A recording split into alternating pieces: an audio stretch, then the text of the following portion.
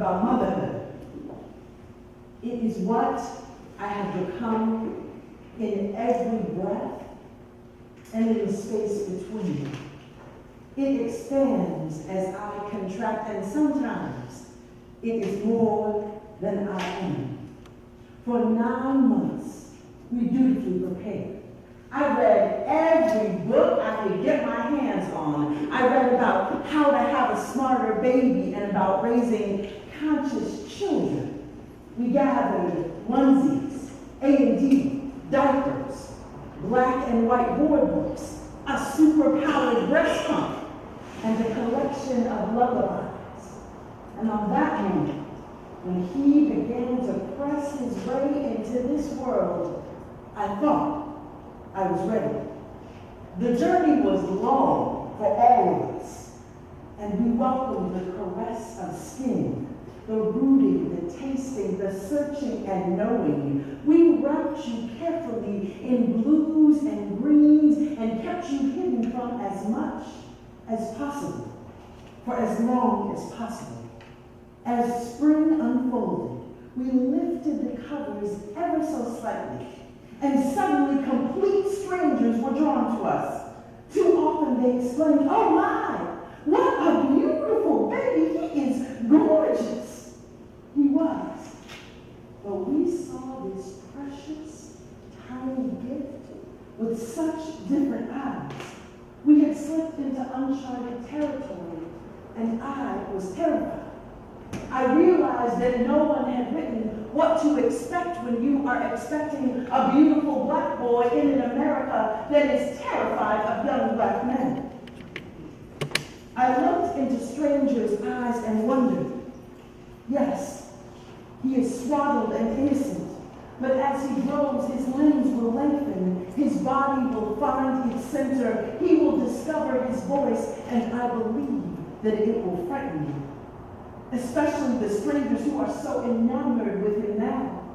He will no longer be blameless and beautiful. And I suspect that these unsuspecting strangers will become suspicious observers, holding their purses more tightly when they see him approaching and crossing the street just to be safe. Part of the problem in this moment is that I don't know when it will happen, and I don't know how to arm him for it. Will there suddenly be a moment when he is 9 or 10, 11 or 12, when his innocence gives way to adolescence, and as he learns how to walk into manhood, the world around him prepares a case against him? I wonder about how long I can enjoy this moment of swaddling and cradling, of nursing and rocking, and about the moments that will follow. On this pilgrimage, I learned that each of these moments will pass before I have time to mourn them, and that perhaps this is the balm and the gift. With no warning, suddenly there will be a moment when he no longer wants to be swaddled or rocked or nursed. There will be a moment when he no longer wants bottles or baby food or Blue's Clues. There will be a moment when his onesies no longer fit and he needs overalls, when his feet need shoes and not footsies, so that he can stand and run and walk. When he needs a bed and not a crib, so that he can rise and face the world in his own time. When he no longer needs me to hold his hand as he crosses the street, but as he mourns a friend. And the problem with each of these moments is that they will come and go without warning, and if I am too busy reminiscing, I will miss the moment at hand. And that is how I have traveled with my firstborn, from sky blue blanket to hoodie. He ventures out of my sight, and I pray that the world will remember how beautiful he still is.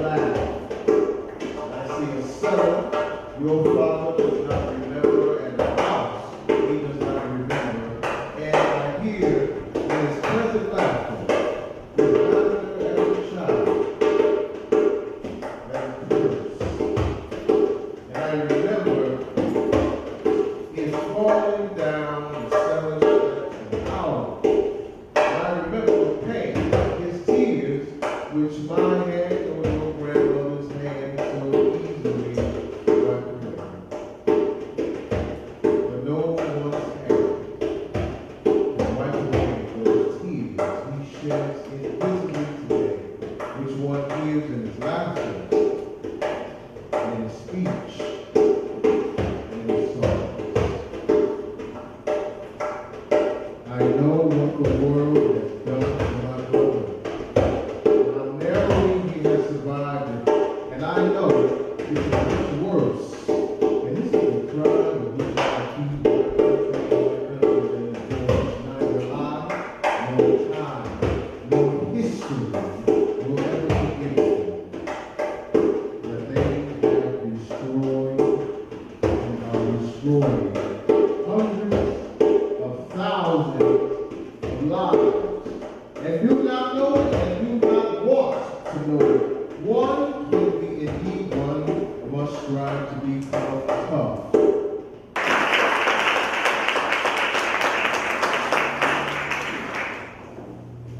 When our boys were babies, I worried so much about how they would be affected by the constant sound of sirens in their dreams. I would hold them close and whisper, "I'm glad you came." One Friday evening, after a long week, I had gathered all of the children.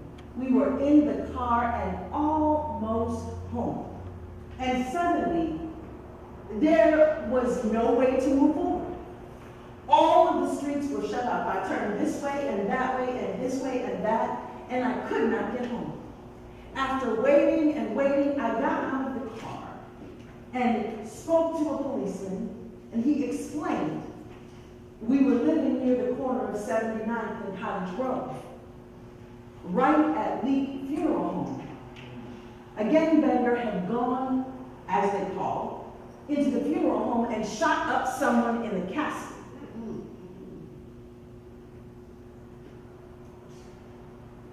The sounds of gunshots and sirens and gunshots and sirens. Our boys grow up too quickly. And their childhood, which should be punctuated by basketball and jump rope, instead of siren.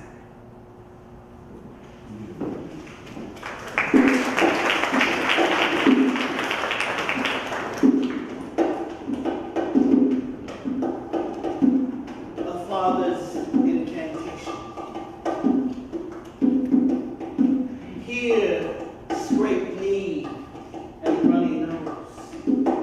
Here, open eyes, laughter. Here, push swing. Here, chicken nuggets. Here, soccer, ball, grace. Here, blue train engine, backpack, summer camp, swim trunks. Here, what's for dinner? Here, what are we doing today, Daddy? Here, smelling pee, testosterone. Here, books, science, counting to 100, ABCs. Here, gunshots. Here, screams, short fuse. Here, prayer. Here, prayer. A new day, cranky, hope, here, respect, kindness, balance, here, scabs, barber, tears, here, hugs, popsicles, here, winter coat, the bill is paid, here, keep an eye on your brother, watch your mouth, here, yes ma'am, call your grandma, cha-cha, Roomba, jive, here, new shoes, clean clothes, here, I don't want to take a bath, here, strep throat, asthma, allergies, here, more questions, answers, daddy, here.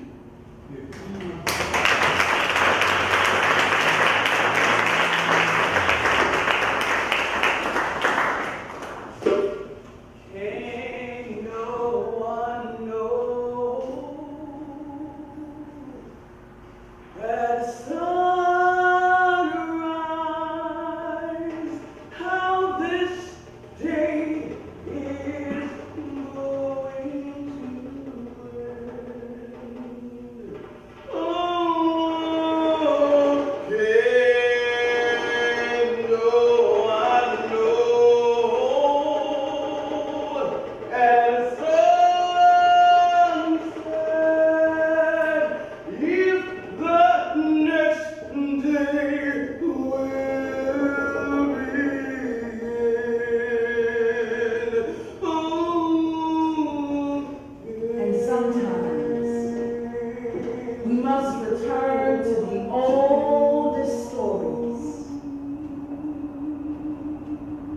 you were walking toward this particular village in West Africa, you might see smoke rising from the houses as the women were making meals for their families. You might see young men going off to fish or young women working in the gardens, which you would definitely see the older men going off to hunt. And in this village there was a hunter who was blessed with many, many sons. And early one morning as the sun was rising in the sky, he set off down a new and different trail. And his family went to do the work that they were called to do, the same way that each one of us goes out into the world each day. But it was tradition in this village that at the end of the day, as the sun was setting, the families would gather together for a meal.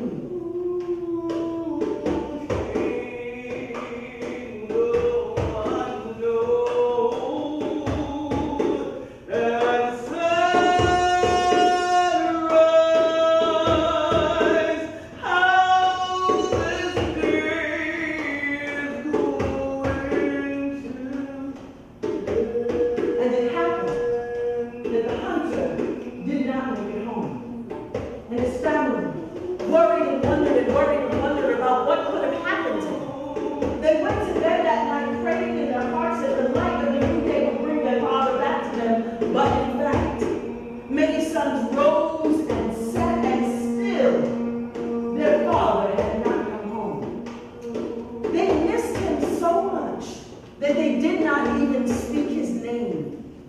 They prayed for him silently, and the words to their unspoken prayer went something like this: the same sun rises on my Father and glows deep within. My heart remembers as it rises again. Those days turned into weeks, and the family discovered bittersweet news. The wife was going to have a baby. And so the sons went about helping her prepare. And they waited, and finally this baby came. And for the first time, the hunter's family was blessed with a baby girl. They welcomed her, they celebrated her, they whispered to her, they sang to her, they gave her all that they could. And they waited for her to speak. And when she spoke, her very first words were, the same sun rises on my Father. It glows deep within. My heart remembers as it rises again.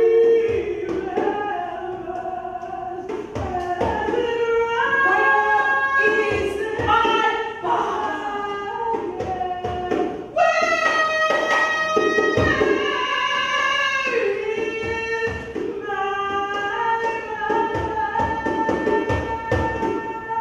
And even though her brothers were unfamiliar with the ways of the forest, when they heard their sister crying, they became determined to find out what had happened. And so they began to follow that trail that they had seen him disappear on so many months ago. And almost as soon as they started, they were ready to give up and turn around. They were not hunters. They did not know the ways of the forest. But one of them said, I believe I see a light. And they followed that light and they came into a clearing where they saw first their father's weapons. And then they saw his bones. Oh, Mama, oh, Mama, oh, Mama, please come back to us. Oh, Mama, please Remember come something back about their father. Oh, Mama, please And come then he back had taught to them us. Oh, that each and every one of Mama, them had been blessed with gifts of healing. And so one of his sons stepped forward and said, I'll connect the bones again. another said, I can cover him with skin. another said, I can make his blood flow. Another I said, give the breath of life to Another him. said, I can make him walk with ease. He can walk, but now he'll. and the father spoke to them, saying, my sons, thank you for your faith. It has brought me back. Now gather my weapons and let us go home. And they marched joyously back into the village of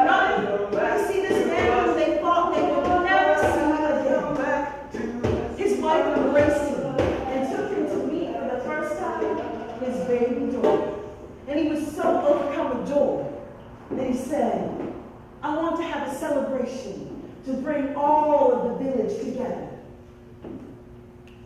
And there was music, and there was dancing, and there was laughter.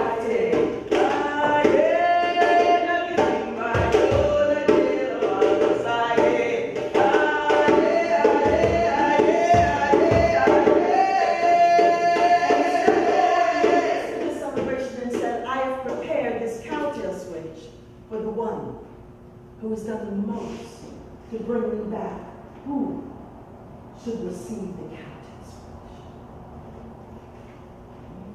wish? The daughter?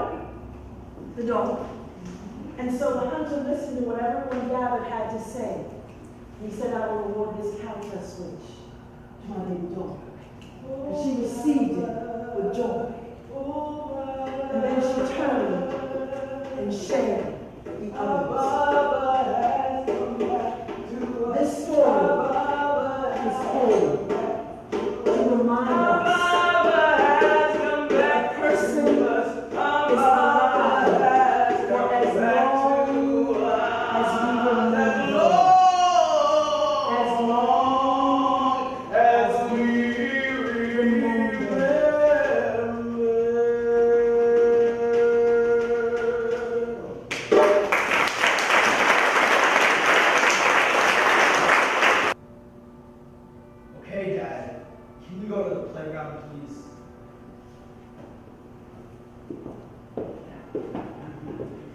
And so, 1, 2, 3 boys. And I was driving down Chicago Avenue one day on the way to pick Quraysh up from work.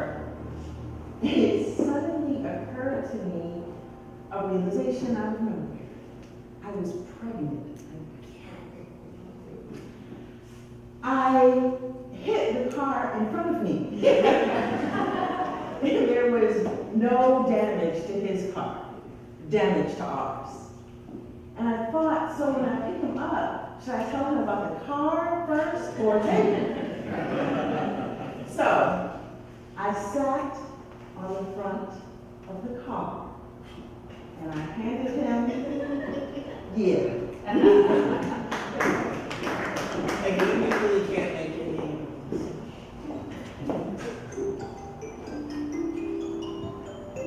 birthdays. Robeson Brooks, mine's Mama wrecked the van on way to deliver news you shared. Telling how you made an impact, took charge of Melvin Bridge Entry Day, yours. Mama chose premiere, July 18th. Earth dimpled in your smile, a Shango mahogany, joy beyond our control. So when Brooks was in kindergarten, he and Ari would take the bus to school. And Quraysh would put them on the bus in the morning. And one morning he put them on the bus, and after the bus took off, he realized that there wasn't an aide on the bus. But all day he didn't hear anything. About 4:30 in the afternoon, I received a phone call saying, "This is Lansana. We need to talk to you about some trouble on the bus this morning." I say, "It's 4:30 in the afternoon. Why are you calling me now to tell me about what happened on the bus this morning?" She says, "Well, we had to, kind of get, all the information together. And so I just want to share with you that the story as we surmise it is that Brooks, who is 5 years old now in kindergarten, was playing rock, paper, scissors with another little boy on the bus. And Brooks was winning every time. The other little boy didn't like it, so he hit Brooks, and Brooks hit him back. Brooks isn't much of a hitter, so this was surprising, but she went on to say that a 3rd grade girl came in and decided that she was going to play the police because there was no adult on the bus, and she was going to break it up. And the story said that Brooks hit her, which was surprising to us. And she said that this girl went home in 3rd grade and said that her father had decided that he wanted to press charges against our 5-year-old. And I said, you can't be serious. And she said, there's nothing that we can do to stop this. So we just want to warn you that you should probably take the day off work on Monday so that you will be here, because we can't stop the police from questioning your 5-year-old. We can only insist that parents be present. And so we spent the entire weekend searching for a lawyer and worrying and wondering. The father didn't show, but we never let them ride the school bus again.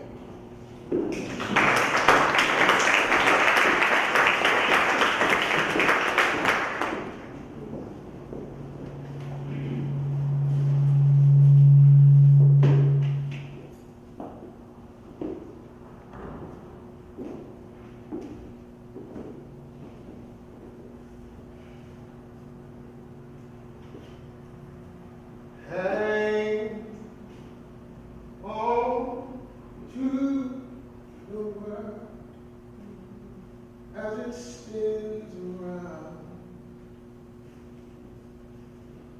Just don't let the spin get you down. Things are moving fast. Hold on tight, and you will last. Keep your self-respect, your manly pride. Get yourself in gear. Keep your stride. Never mind your fear. Brighter days will soon be here. Take it from me someday. We'll all be free.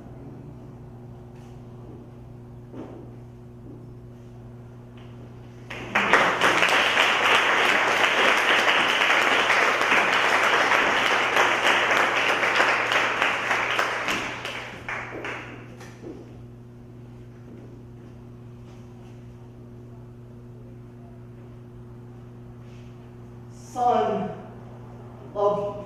That's why I'm telling you this. To protect you. I'm sorry. But I have to tell you about mirandas instead of reading you bedtime stories. I'm But sorry. I have to reach your rights before good night. The police are supposed to be our neighborhood watch. Zimmerman might have the badge this time. Not the voice in his head saying it's okay to pull the trigger. I'm only standing my ground. We watch them as they watch us. Caught in a never-ending staring contest. Pupils with the intensity of your finger on the trigger. Son, I'm gonna tell you like it Your is. skin makes you a target. The United States is a shooting gallery where We're targets targeting are red circles with black dots, son. You're a black dot.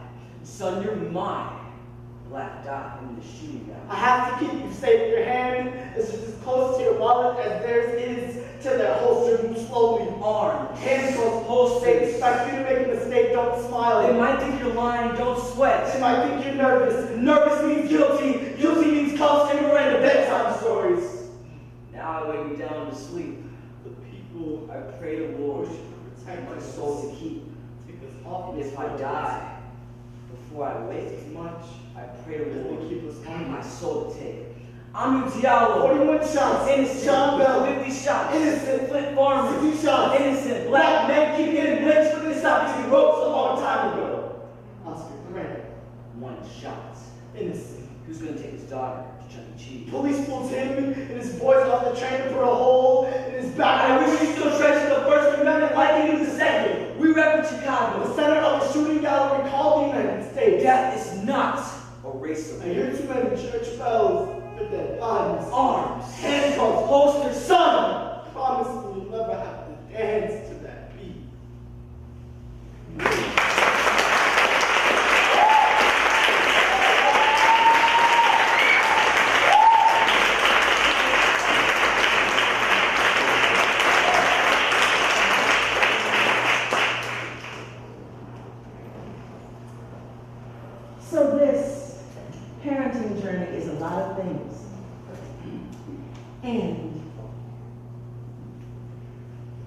You want so much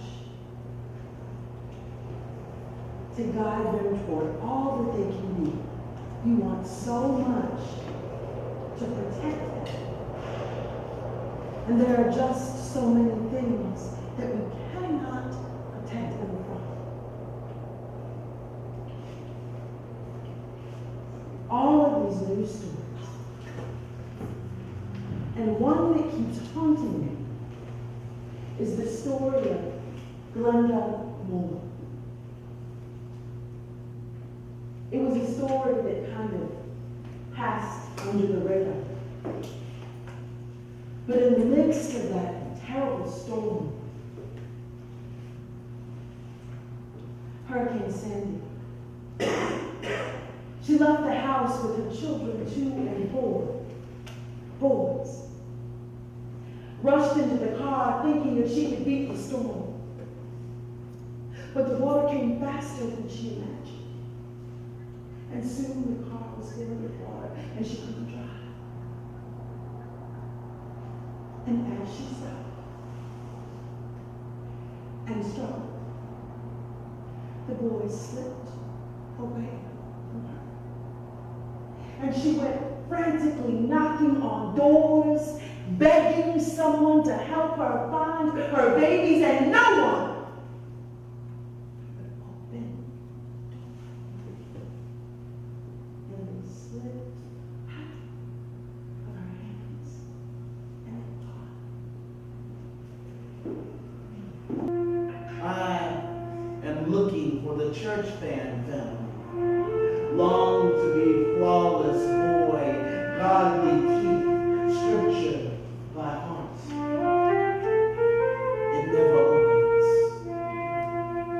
In a corner, in a room, in a heart, there is a door. Through the door, in a room, in a heart, is a corner. Turn the corner, in a room, in the heart, there is a door. Through the door, in a corner, there is a room, in a heart. Meet me there. We will make room in the corner for our hearts. I call them close. Wrap arms around ourselves. Share words never uttered in childhood. After service, we rouse youngest, winterize for city streets, all hungry and mourning and anxious nights. Attended church with Daddy twice, both in funerals. One was his.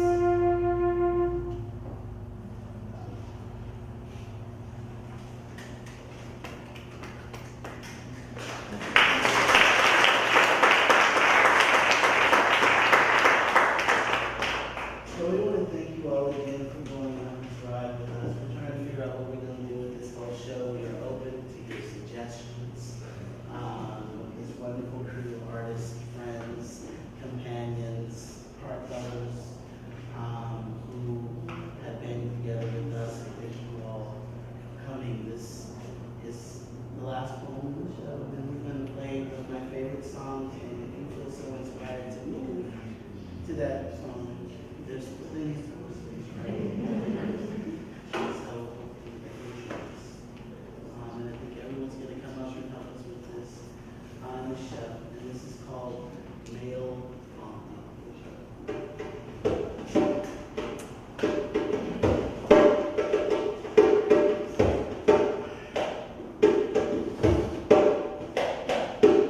I want my sons to know men who smile.